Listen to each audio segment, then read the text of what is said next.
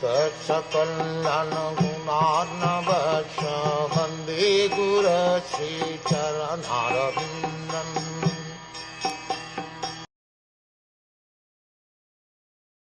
After all the rishis and others had seated themselves comfortably, the king, humbly standing before them with folded hands, told them of his decision to fast until death.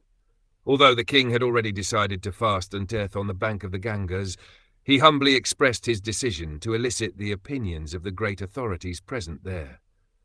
Any decision, however important, should be confirmed by some authority. That makes the matter perfect. This means that the monarchs who ruled the earth in those days were not irresponsible dictators. They scrupulously followed the authoritative decisions of the saints and sages in terms of Vedic injunction. Maharaj Parikshit, as a perfect king, followed the principles by consulting the authorities, even up to the last days of his life.